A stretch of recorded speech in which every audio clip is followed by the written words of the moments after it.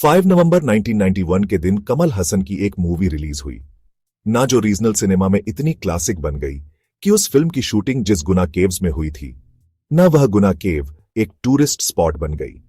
इसी tourist spot को देखने के लिए जुलाई 2012 के एक वीकेंड में रमनापुरम से पिकनिक मनाने 6 लड़कों का ग्रुप गया था। अब वैसे तो गुफा के अंदर जाने की एंट्री पे फॉरेस्ट डिपार्टमेंट ने पाबंदी लगाई थी, पर जैसे तैसे करके वह लोग गुफा के अंदर घुस गए और घूम घाम के वापस भी आ गए। जब सभी लोग गुफा से बाहर आ गए, तब उस ग्रुप के एक 23 साल के नौजवान कार्तिक ने कहा कि वो अपना फोन गुफा में ही भूल गया है और उसे अभी लेके आ रहा है। सब गुफा के बाहर कार्तिक का इंतजार करने लगे। 1 मिनट बीत गया, 5 मिनट बीत गया, 10 मिनट बीत गए, और जब कार्तिक आया ही नहीं तो उन लोगों ने अंदर जाके देखने का डिसाइड किया। लेकिन जब वे लोग गुफा के अंदर गए और काफी देर ढूंढने की कोशिश की, तब भी उन्हें कार्तिक कहीं नहीं मिला। अब घबराकर उन्होंने तुरंत फॉरेस्ट ऑफिशियल को कांटेक्ट किया और फॉरेस्ट ऑफिशियल वाले पुलिस और फायर डिपार्टमेंट वालों के साथ मौके पर पहुंच गए और कार्तिक को ढूंढने लगे। लेकिन जब शाम तक कोई भी रिजल्ट नहीं मिला, ना तो अंधेरा होने पर रिसर्च रोक दी गई। अगले दिन सुबह फिर खोज शुरू हुई, पर जब दोपहर तक भी कुछ नहीं मिला तो कार्तिक को मृत घोषित करके उसके पेरेंट्स को इन्फॉर्म कर दिया गया और यह बन गई उस गुफा की सुससवी मौत। जी हां दोस्तों, गुना केव्स एक ऐसा नाम है जो अब तक 16 से ज्यादा लाशों का ठिकाना बन चुका है।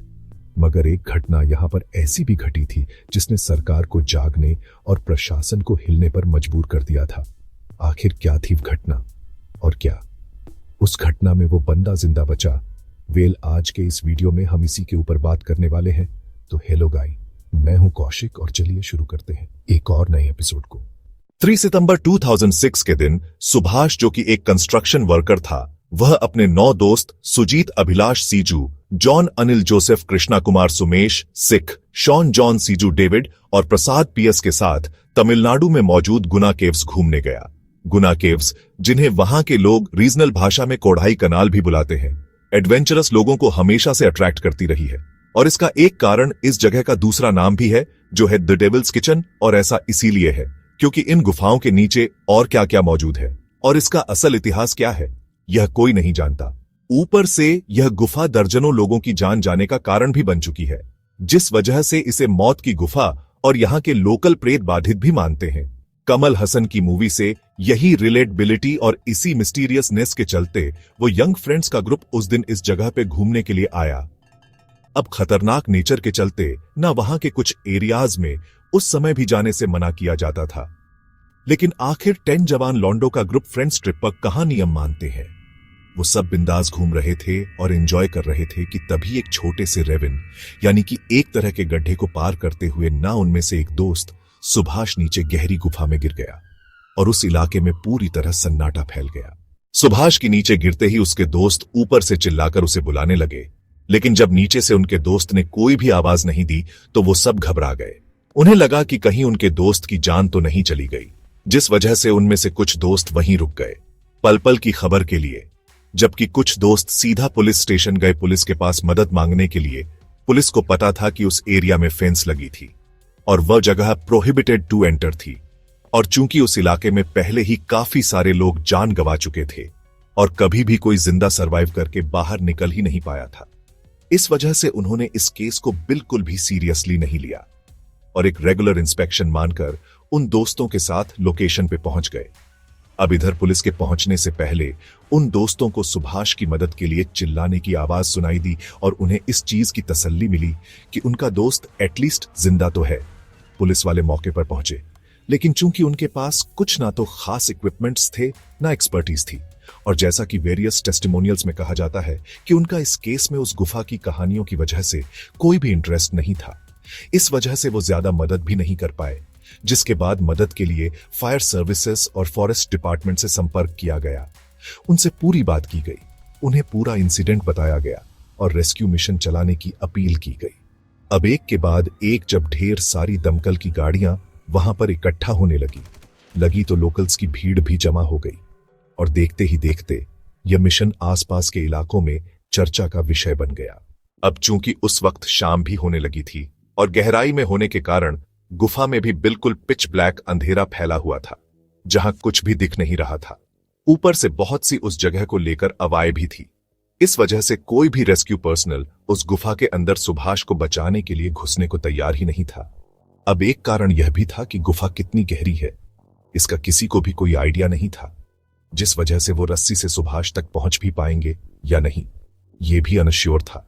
अब काफी समय बीत जाने के बाद भी जब कोई भी नीचे गुफा में उतरने को तैयार नहीं हुआ ना, तो उन्हीं दोस्तों में से एक सिज्जू डेविड खुद उस गुफा में जाने के लिए आगे बढ़ गए। अब ऑफिशियल्स ने पहले ट्रेनिंग ना होने के कारण से उसे नीचे जाने से मना किया, बट काफी देर कन्विंस करने के बाद सिंस कोई रेस्क्यूर ऑफिशियल नीचे नहीं जा रहा था, तो डेविड को भेजने के लिए सब मान गए।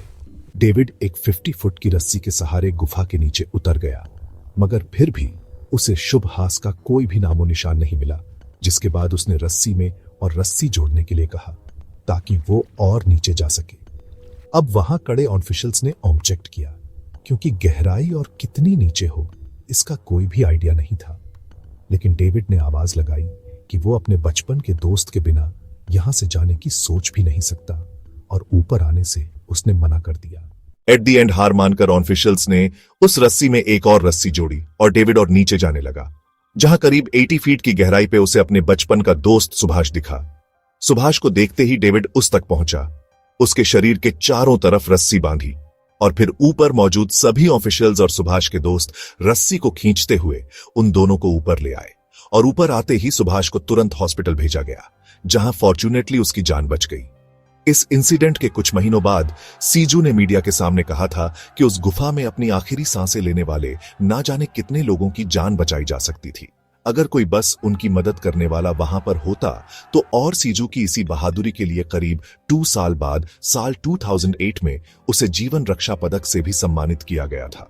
हालांकि चाहे घटना कितनी भी दर्दनाक क्यों ना हो, गलती तो उन लड़कों की भी थी, जिस वजह से फॉरेस्ट डिपार्टमेंट ने रिस्ट्रिक्टेड एरिया में घुसने के लिए उन पर R1000 था।